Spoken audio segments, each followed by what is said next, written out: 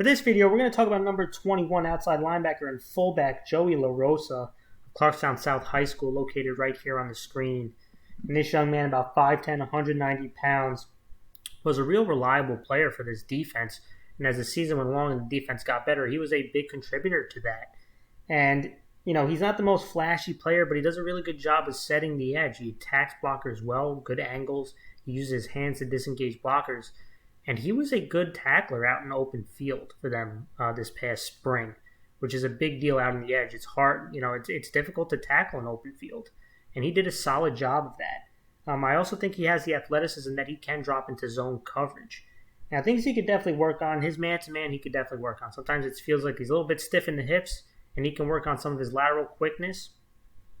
And sometimes he plays a little bit high. He could probably play with some better leverage. Let's go over a couple plays. I mentioned he's located right here. And you're going to see the ability to set the edge, right? They're going to run a sweep right at him. You're going to see a bunch of down blocks. They're going to have a lineman, a pretty good lineman, try to block him out in open space. And watch how he attacks. Watch the angle he attacks this blocker. Right? He reads it. He attacks it again. He's probably playing a little bit too high. But look at where he attacks him. He attacks the outside shoulder of the blocker, leaving this arm free to allow him to disengage, protect the outside.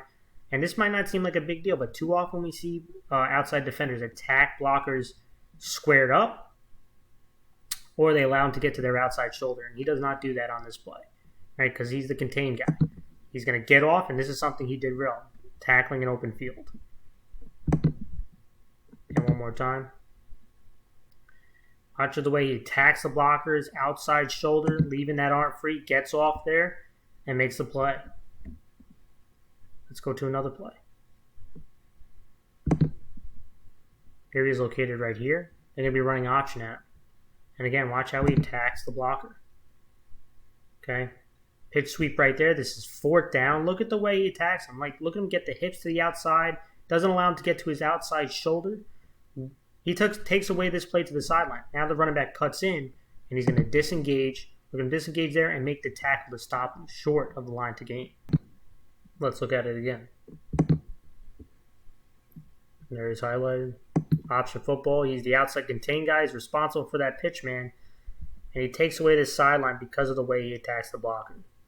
Once he sees the back cut inside, now he'll use his hands, disengage, and make this play.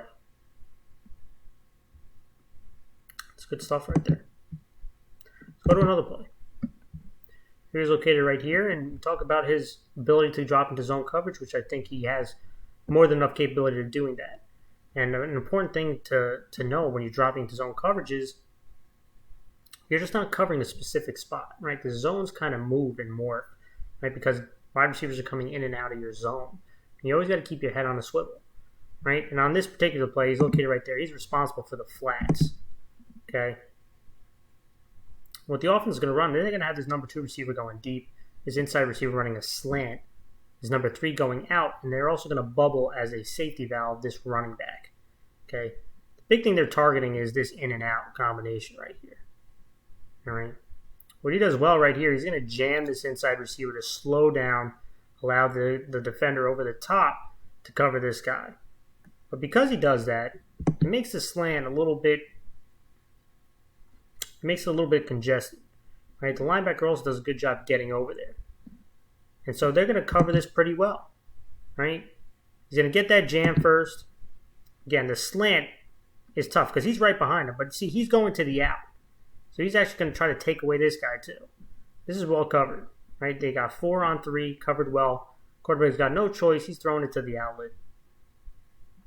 This is the running back. Once he sees that, once he covers the zone, now he's going to get off and make another play in open field, right?